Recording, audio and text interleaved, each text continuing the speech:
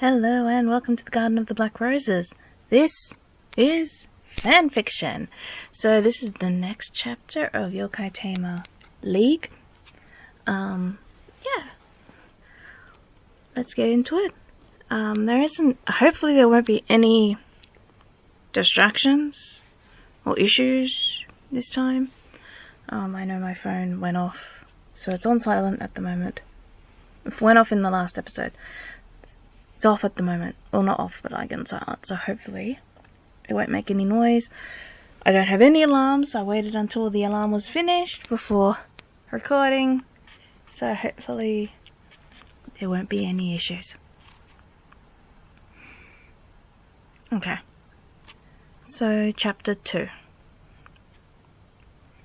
Darius awoke the next morning to the feeling of something warm and heavy in his lap. Looking down, he saw a familiar pair of brown fox ears. Why am I not surprised? Sitting up, he eased her off him. Stretching and glancing at the clock, he rolled his eyes before leaning down to pinch her ear and pulling it back slightly. Ember. His voice was rough and irritable. Wake up, Ember. She uncurled and looked up at him. Oh. You woke up. She smiled slightly before she drew back to look at him better. Why didn't you wake me for dinner instead of sleeping on me? His expression was unreadable. Ember tightened her tails around her unconsciously. She felt threatened in that moment. This tengu knew a lot about her, including a bit about her hidden past, and she became afraid of him using it against her. Sleep seemed like the better option, she replied, trying to sound strong. She couldn't understand it. Why was this feeling of fear rising in her? Darius watched her closely before becoming more irritable. I'm not attacking you. Why are you recoiling like that? It feels like you are. Ember tucked herself in behind her tails and used them as a shield. She didn't want him to see her break. Go eat then if you're hungry. Darius once again opened his mouth to say something, but decided against it and turned to leave the room.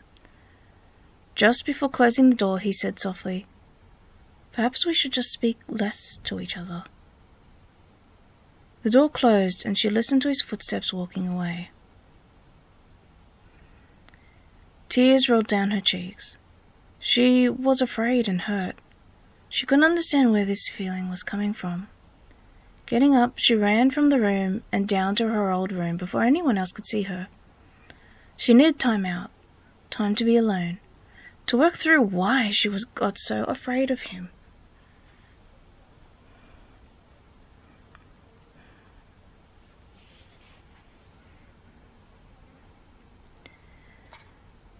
Darius walked into the dining room and stared at the sight before him. This tengu. Closing his eyes, he went to turn and walk away before a hand grabbed him and dragged him into the room. Totoi. Totoi Mola danced among the tables, pulling people into the room as he watched them leave.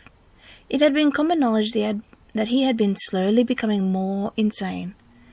Ever since his spouse Pandan left, almost a year ago, his filter for things had slowly begun to diminish until it became the regular evening meal entertainment. Darius stared at the tengu as he swayed his hips and danced as if he was in a strip club. I should have stayed sleeping upstairs with Ember on my lap instead of watching this, Darius thought as he was dragged into a chair, and Totoi Mola gave him a cheeky wink. This tengu, really? Sigurd stood leaning against the wall nearby, watching his friend's antics before speaking up. You know that tengu that attacked you while you were helping the Miko? Yeah.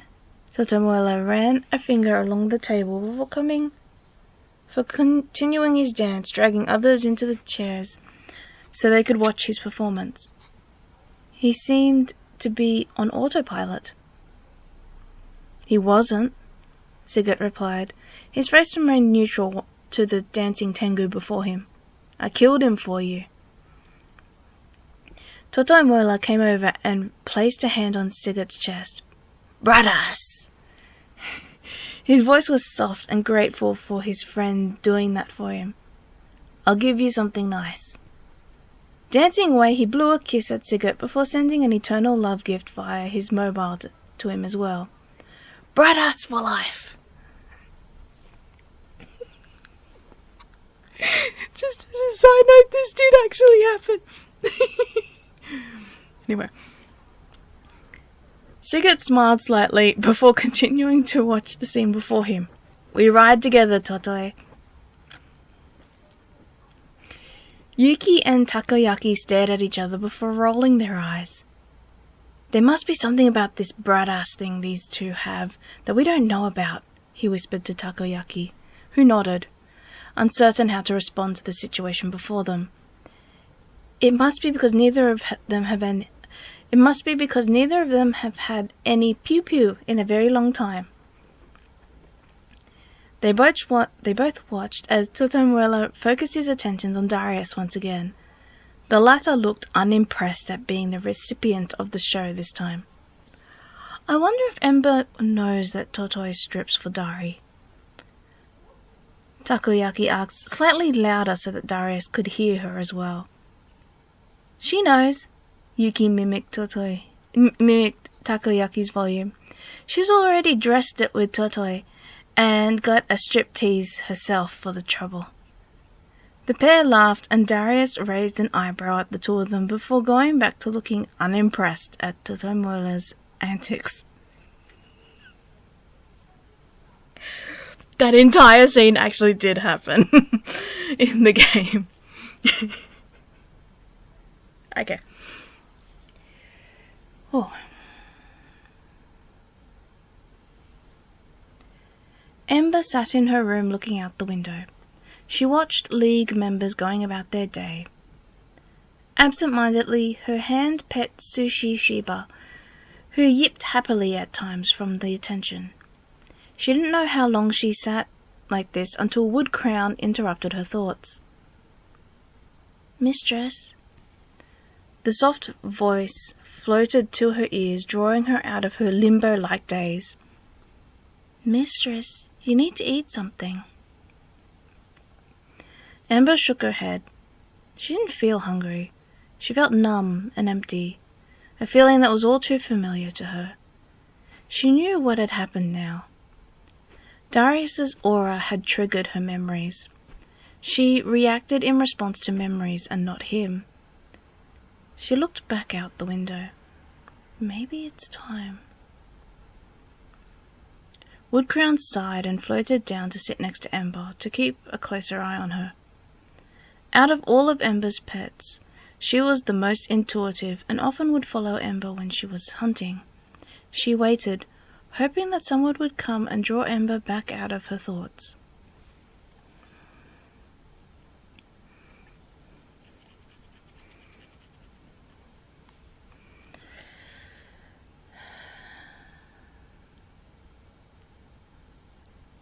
That night, Darius laid in bed looking at his phone. Ember was once again on his mind. Her activity log on their shared guild forum told him she had not done any training that day. Sighing, he dropped his hand down and stared at the ceiling. Did I upset her that much? Shaking his head, he closed his eyes and tried to get to sleep. After a few minutes of tossing and turning, he growled and got back up. He had heard of tengu being unable to sleep well without their spouse next to them, but he didn't think it would be this bad. Stalking over to the wardrobe, he pulled on a robe and left the room. He had an educated guess as to where Ember was, and he was going to move her back to their room if he had to. Reaching the door to her old room, he paused and took a few calming breaths. The last thing he needed was to be more irritable when he spoke to her. Slowly he opened the door. The room was dark, with the light from fire crown being the only thing stopping the room from being pitch black. He glanced at the bed and found Ember asleep, curled up against 2 pillows, like she would be positioned when sleeping next to him. "It took a long time to get her to sleep," a soft voice said in his ear. "Please don't move her. Sleep here with her."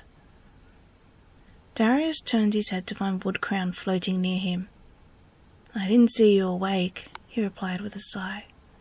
"Has she been here all day?" "Yes," Woodcrown replied. She took a hold of his hand and guided him to the other side of the bed. The other pets on Ember awoke as he passed. "My mistress was triggered by her past. It's not something that can be helped until she learns to accept it." Darius watched as the pets gently lifted Ember and moved the pillows, allowing him to settle down and arrange his wings so they weren't in an awkward position, before they set her back down at his side. He waited, wondering if her sense of smell would wake her up, alerting her to his presence. Instead, he got a pleasant surprise. Ember purred softly in her sleep before snuggling up to his side like she usually did when they went to bed to sleep for the night. He felt the restlessness in his body settle down, and he relaxed, letting himself drift off to sleep. The next morning, he opened his eyes feeling warm and comfortable. Ember had shifted in her sleep. Her back was against him, and she was snuggled in again. Her tails were draped over him. He gently stroked one of her tails, enjoying the softness before his awareness of where he was smacked him hard. His eyes widened. The walls of the room were white, not mauve, like Ember's old room. No pets were to be seen anywhere in his line of sight. Rolling over onto his sides so Ember's back was against his chest, he got a better look of the room. It looked like their bedroom, but bigger.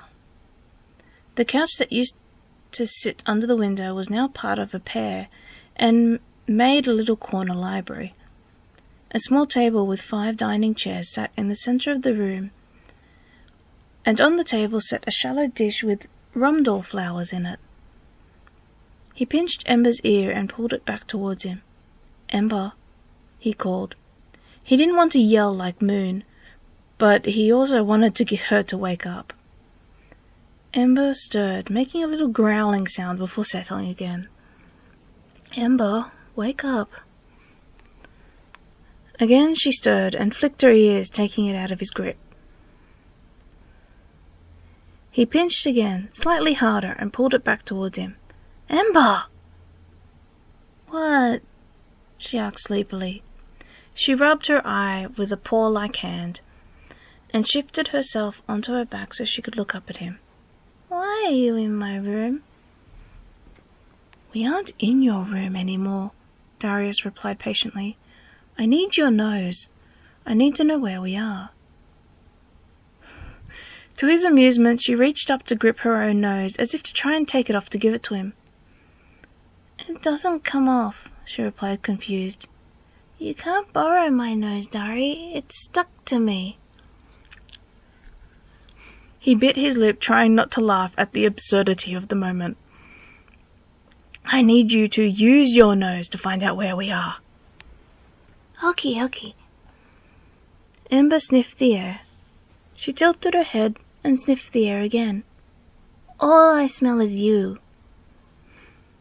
Darius flopped onto his back, unsure how to respond to her now without getting frustrated. Ember's laughter caused him to shift himself back onto his side again to glare at her. "I was serious that all I could smell was you.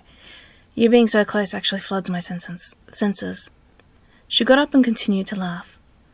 "Smile, Dari. It won't kill you." Darius rolled his eyes and watched her walk around, sniffing the air. "It's strange." Ember paused at the corner library.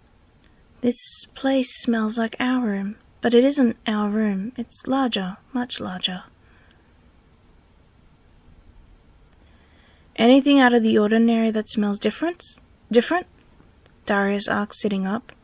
His eyes kept drifting to the center table. Anything at all? Other than those rumdal flowers?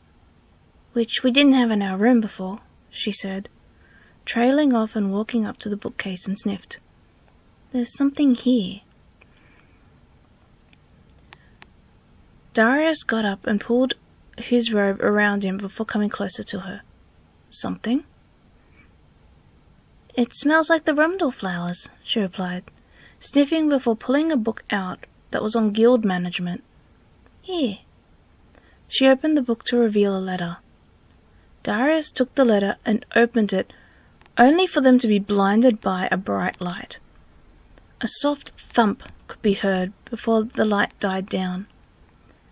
Ember gasped and stared at Darius's wrists. What? Darius yelled, staring at the twin cuffs that signified him as guild leader of League. He looked at the letter still in his hand, and pulled out the paper contained within. Nagitar, he growled as he read the letter. Ember stepped lightly over to him and peeked over his arm to read the letter herself. Darius, I've gone on a journey. I wanted to see how kitsune and tengu in other countries live. I don't know if I'll be back, so I placed the leadership of League in your hands. I know the guild will be safe with you. Nagito. Ember blinked before looking around the room again, and then back at Darius. This is the room of the guild leader. She stepped back from him slightly. We were moved here by the gods from my room because you were needed here to receive the leadership this morning. She bent down to pick the single cuff that had fallen from Darius when the twin cuffs appeared. I suppose, he handed the single cuff to her. Handed him the single cuff. This will be your first order of business, is to elect a new co-leader. Darius took a deep breath and sighed. I have a better idea.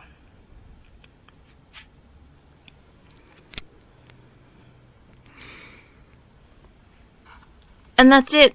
I think I'm going to probably have to put a pre-warning that I may react to actual stuff that had happened. It wasn't in this one, but I think it was in the previous one. Was it in the previous one? No, it was in this one. Yeah, that things that have actually happened that I wrote in, yeah. Because I will react, I will laugh, because I will remember that actually happening in the game. That conversation. But some of the mannerisms are there of the different characters. So like Chocolate's natural flirtiveness was there in the game. Darius being the very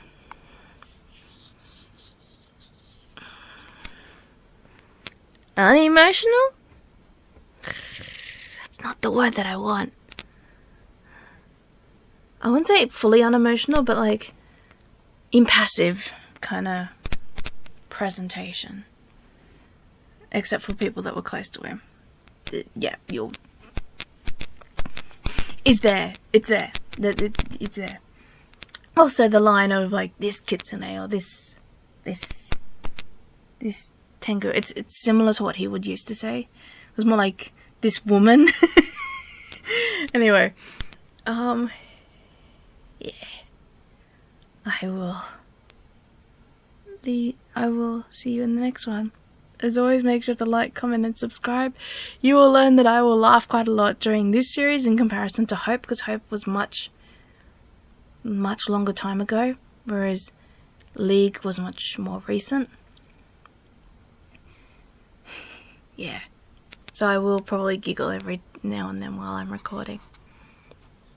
But yeah. And as always, let your imagination run wild. Bye for now.